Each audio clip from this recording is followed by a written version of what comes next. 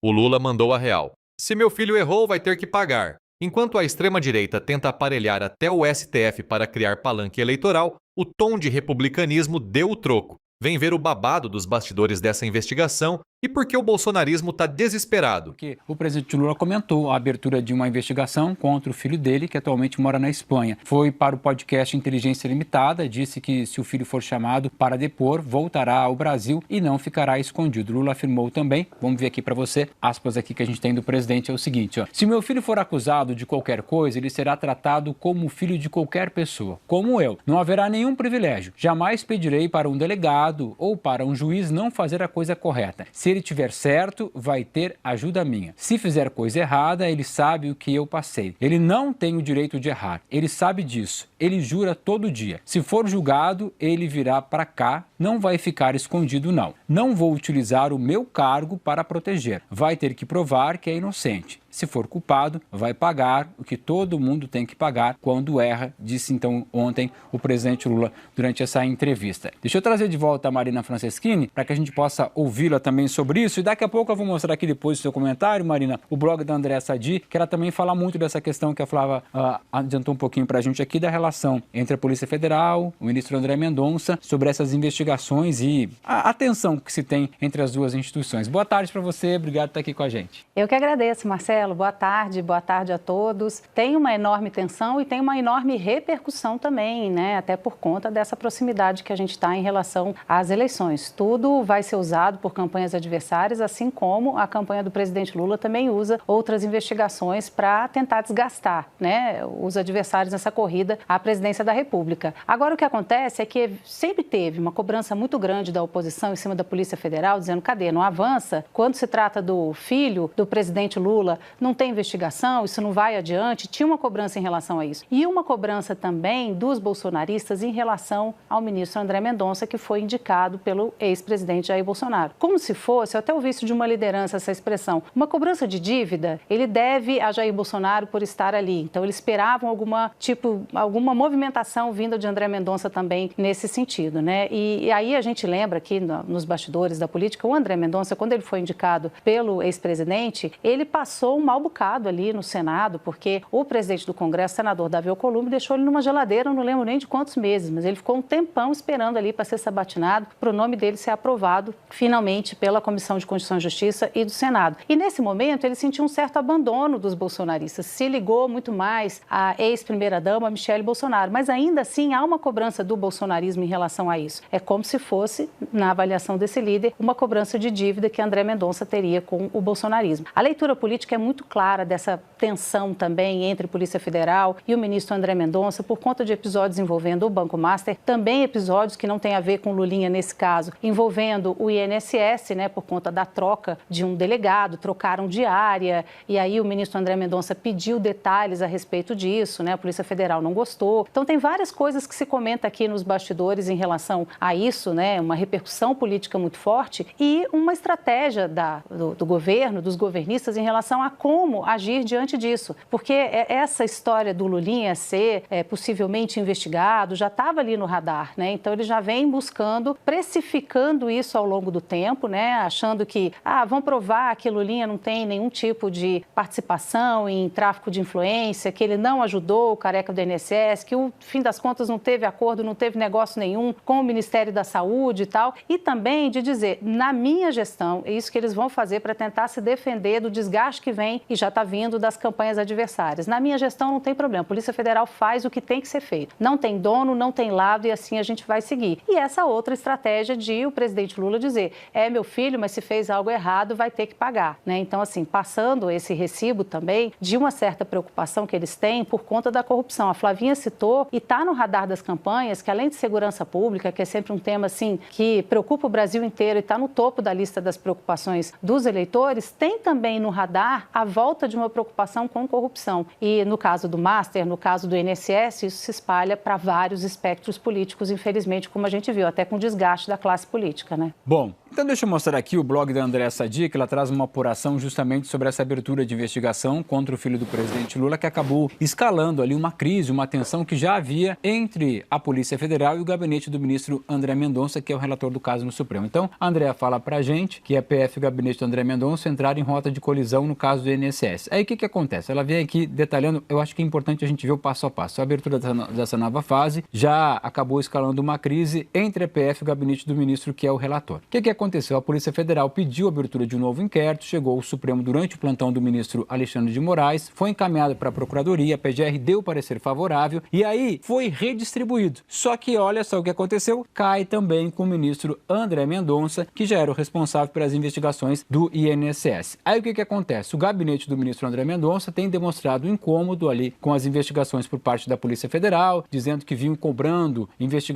informações sobre o andamento dos inquéritos, questionando a demora de algumas diligências, demonstrando preocupação com mudanças dos responsáveis pela investigação. Seguindo nessa história toda, o que a Polícia Federal fala? A Polícia Federal rejeita essa leitura, a PF nega qualquer irregularidade na condução do caso e sustenta que os procedimentos seguiram critérios técnicos. Mas não acaba por aí. Esse mal-estar também vem crescendo no episódio da Polícia Federal, que aqui é uma grande novidade que eu acho que vale a pena a gente olhar também. Porque que acontece? Perante essa questão, Polícia Federal, gabinete do André Mendonça, a Polícia Federal bate lá na porta da Advocacia Geral da União para pedir uma avaliação das medidas em relação às restrições impostas pelo André Mendonça sobre a comunicação de informações a investigações com superiores dentro da Polícia Federal. O que o André Mendonça disse? Delegados desse caso, vocês não precisam ficar falando para os seus superiores o que acontece nessa investigação. Contem para mim. Aí a Polícia Federal foi lá dizer, Advocacia Geral da União, o ministro Supremo pode vir aqui na PF e dizer como que deve ser essa comunicação, o que acontece aqui dentro? De acordo com a Andréa, na avaliação de interlocutores do gabinete do ministro, há indícios de que algo não estaria funcionando de forma regular na condução das investigações. E a Polícia Federal contesta essa interpretação, diz que não houve qualquer tipo de atuação indevida, mas não concordam com decisões que interfiram em suas competências. Otávio, a gente vai falando de muita coisa junta, mas eu acho que esse ponto também é importante, né? A investigação aqui tem a Polícia Federal, questiona decisões do ministro André Mendonça, que questiona o ritmo da Polícia Federal, e eles criaram essa tensão entre eles. Bom, então vamos lá.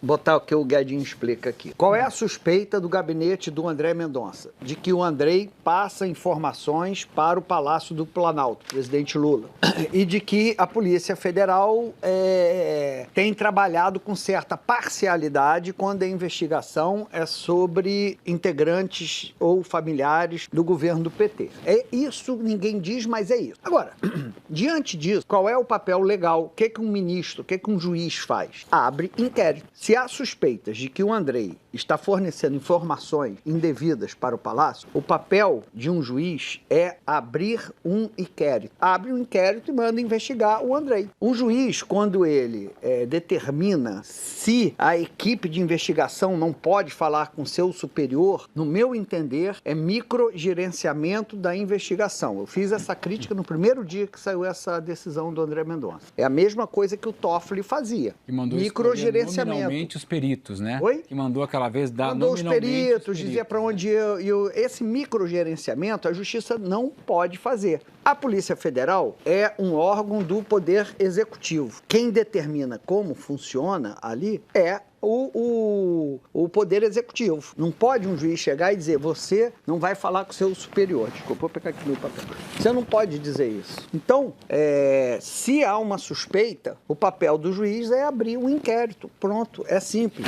O juiz, ele é responsável pelo controle da legalidade da investigação. Saber se a investigação, se o pedido de mandado de busca e apreensão tem base legal, saber se os interrogatórios estão ocorrendo dentro da legalidade do que manda a Constituição. Ele olha o que a polícia está fazendo, lê a Constituição e fala, bom, isso pode, isso não pode, isso prende, isso não, isso eu não aceito. É isso. O controle externo da polícia cabe ao Ministério Público. Então, se tem um problema na Polícia Federal, o Ministério Público é que tem que fazer esse controle externo e não o gabinete de um ministro. Pela informação que eu tenho, a Polícia Federal procurar a AGU para resolver isso, a AGU não vai fazer nada, tá? A informação que eu tenho é que a AGU não vai fazer nenhum tipo de procedimento, porque se fizer um A, está anulado o processo. E é isso que muita gente está buscando. Todo mundo, hoje em dia, no Brasil, ninguém quer provar que é inocente, quer anular o processo. Muito interessante quando você fala isso. Esse é o ponto do Brasil. Então, se a AGU diz, olha, o ministro, se a AGU pega aqui o que eu estou dizendo e bota no papel, o ministro está fazendo microgerenciamento, interferência, acabou a investigação, acabou, vai todo mundo. Tudo quanto é ladrão vai soltar, vai festejar. Carnaval fora de época, micareta dos corruptos. Olha, a AGU está dizendo que o ministro André Mendonça não está agindo dentro da legalidade, anula todas as investigações. Então, a AGU, pela informação que eu tenho, não vai fazer nada. Agora, tem que sentar ali, gabinete do ministro, gabinete do Andrei, e se acertarem. É disso que o Brasil está precisando. Porque o que a gente tem que estar discutindo aqui é ladrão. Ladrão. Os ladrões não estão no gabinete do André Mendonça, os ladrões não estão na Polícia Federal. Os dois têm que se acertar, cada um dentro do seu quadrado, dentro da sua missão constitucional, e prender o que interessa para a sociedade, trabalhar para a sociedade. Prender e botar esses ladrões na cadeia. Sejam eles quem forem. Exercer a função dos dois, né? Do ministro e do delegado. Olha só, pessoal. Vamos colocar os pingos nos is porque a imprensa tradicional ama criar uma falsa simetria. O presidente Lula deu uma entrevista no Inteligência Limitada e falou o óbvio que o Brasil tinha esquecido nos últimos 4 anos. Republicanos não protegem parentes da lei. Lula deixou cristalino. Se o filho dele for chamado pela PF, ele volta da Espanha, depõe e assume as consequências se tiver feito algo errado. Não tem sigilo de 100 anos, não tem troca de delegado para salvar 01, 02 ou 03. E nem interferência na PF. É a diferença abissal entre quem confia na instituição e quem aparelha o Estado para salvar a própria pele. Agora, o que está rolando nos bastidores do STF e da Polícia Federal é pura politicagem de olho nas eleições. O ministro André Mendonça, que foi indicado pelo bolsonarismo com aquele carimbo de terrivelmente evangélico, está sob uma cobrança gigante da oposição. A extrema-direita cobra dele como se fosse uma dívida de jogo. Poxa, a gente te colocou aí, agora faz alguma coisa contra o governo. Resultado, o gabinete do Mendonça resolveu interferir no trabalho técnico da PF, querendo proibir delegado de se comunicar com o superior. Isso não é controle constitucional, gente. É o que o jornalismo jurídico chama de microgerenciamento. O papel do juiz é garantir a legalidade e os direitos fundamentais, não querer dar uma de chefe de equipe da PF para acelerar ou frear o ritmo de inquérito ao bel prazer político. A oposição tenta desesperadamente ressuscitar a pauta da corrupção como único trunfo eleitoral, porque em projetos sociais, economia e diplomacia, eles não têm o que entregar. Eles querem criar uma narrativa de que a Polícia Federal está passando pano, só porque a polícia trabalha com critérios técnicos e provas, não com convicções ou ilações de WhatsApp. Querem que a Advocacia Geral da União compre uma briga corporativa para melar o processo lá na frente e poder gritar nulidade no palanque. Só que o governo Lula não cai nessa armadilha. A orientação é deixar a polícia trabalhar com total autonomia. Se houver qualquer irregularidade no caso do INSS ou de qualquer outro setor, que se investigue, doa a quem doer. A diferença de um governo progressista para a extrema-direita é que a gente não tem medo de investigação. Quem não deve, não treme. As instituições têm que parar de bater cabeça por picuinha política e focar em prender quem realmente rouba o povo brasileiro, sem privilégios, sem perseguição e, acima de tudo, sem o aparelhamento tacanho que o Brasil viveu num passado recente.